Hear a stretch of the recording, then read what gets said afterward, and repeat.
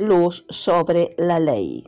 En la continuidad de la serie de los cortos esenciales, estamos presentando en esta oportunidad este invaluable material, Luz sobre la ley, escrito por su autor durante el derramamiento de la lluvia tardía.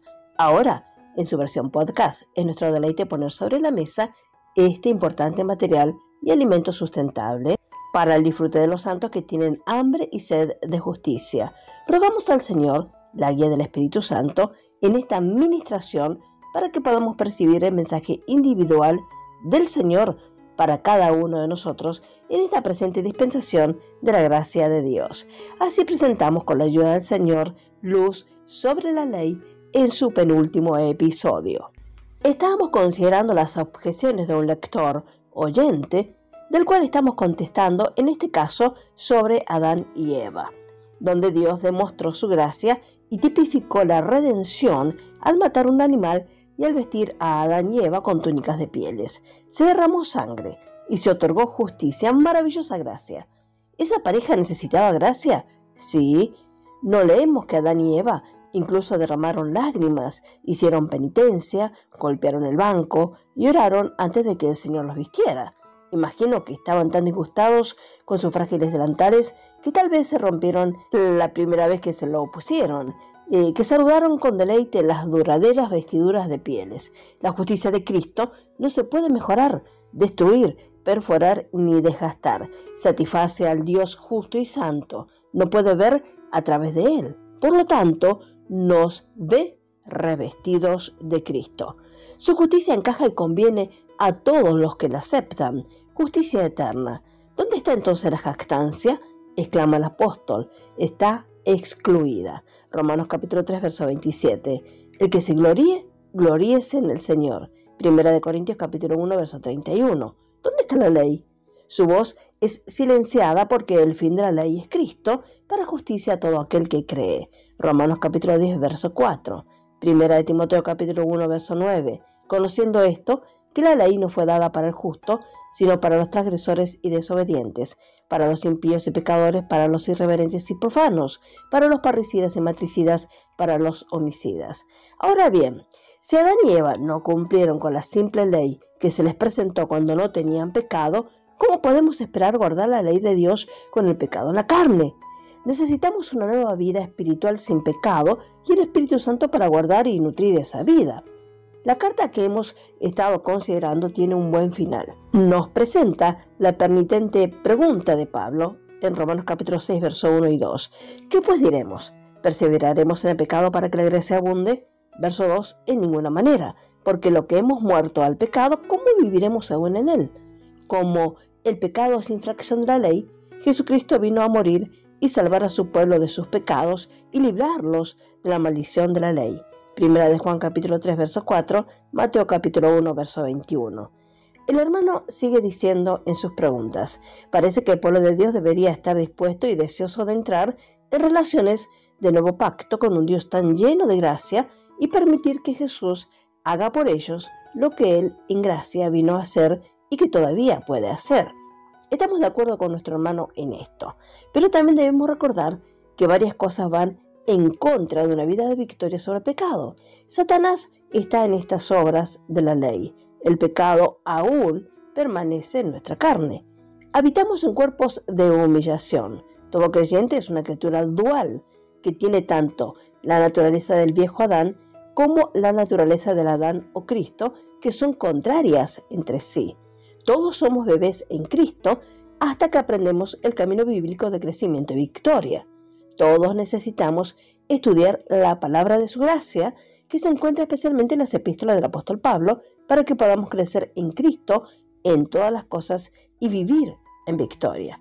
Veamos algunos hechos básicos. Génesis capítulo 3, verso 15. La gracia se introdujo al principio. Los 10 mandamientos no le fueron dados a Moisés sino hasta 2500 años después. Pueden ver Éxodo capítulo 20. La ley fue dada 430 años después de que Abraham fue justificado por gracia a través de la fe, totalmente independiente de las obras o el esfuerzo humano. No tenía ninguna ley que guardar y no estaba a prueba como Adán antes de caer. Al caminar por fe, Abraham se convirtió en amigo de Dios, no guardando ley alguna. Conociendo esto, que la ley no fue dada para el justo, sino para los transgresores, desobedientes para los impíos y pecadores, para los irreverentes y profanos, para los parricidas y matricidas, para los homicidas. 1 Timoteo capítulo 1, verso 9. En Cristo no estamos bajo la ley, sino bajo la gracia. Romanos capítulo 6, verso 14. Por lo tanto, el pecado no tendrá dominio sobre nosotros. La ley no tiene jurisdicción sobre nosotros en Cristo. Gastó su fuerza y terminó su obra en nosotros, ejecutando a Cristo Jesús en la cruz por nosotros. Allí, nuestro viejo hombre fue crucificado con él. Romanos capítulo 6, verso 6. Es decir, morimos con Cristo. Los 10 mandamientos no expresan toda la voluntad de Dios. Eran la voluntad escrita de Dios para un pueblo en particular, el pueblo de Israel, por un cierto periodo de tiempo limitado. Las mismas no son reglas de conducta para los creyentes. El apóstol Pablo dijo: a todos los que andan conforme a esta regla, paz y misericordia sean con ellos y con el Israel de Dios. Gálatas capítulo 6, verso 16. Es decir, la regla de la nueva creación producida por la muerte y resurrección de Cristo, no por la regla de la circuncisión ni por la ley. La ley fue añadida a causa de las transgresiones. Fue un maestro hasta Cristo para que fuésemos justificados por la fe. Gálatas capítulo 3, verso 19 y verso 24. Podemos leer en Romanos capítulo 5, verso 20, pero la ley se introdujo para que el pecado abundase, mas cuando el pecado abundó, sobreabundó la gracia. Como maestro de escuela, azotaba al transgresor a la obediencia, pero lo sacudió, demostrando así su incapacidad para mantenerlo. La ley era débil por la carne, pecaminosa, Romanos capítulo 8, verso 3. No podía dar vida ni salvar a un pecador. No es un salvador. Gálatas capítulo 3, verso 21. Si se hubiera dado una ley que pudiera dar vida, ciertamente la justicia fuera por la ley. La escuela de la ley está fuera, desde que vino Cristo. El maestro de escuela, la ley, ha sido destituido y nunca más es contratado excepto por los legalistas. Cristo es el fin de la ley para justicia a todo aquel que cree. Romanos capítulo 10, verso 4. Era un ministerio de condenación y muerte, un espectáculo insoportable. Segunda de Corintios capítulo 3, versos 6 al 9. Por lo tanto, fue eliminado. Era un yugo insoportable para Israel. Establecer una ley para que otros la guarden es tentar a Dios. Hechos capítulo 15, verso 10. También es brujería, hechicería, fascinación. Gálatas capítulo 3, verso 1. Con todos estos hechos bíblicos ante nosotros, ¿cómo se atreve a alguien a tratar de guardar la ley de Moisés o enseñar a otros a guardarla?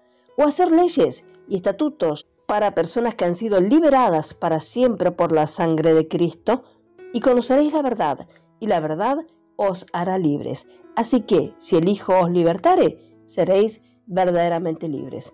Juan capítulo 8, versos 32 y 36. Gracias al Señor por su palabra fiel.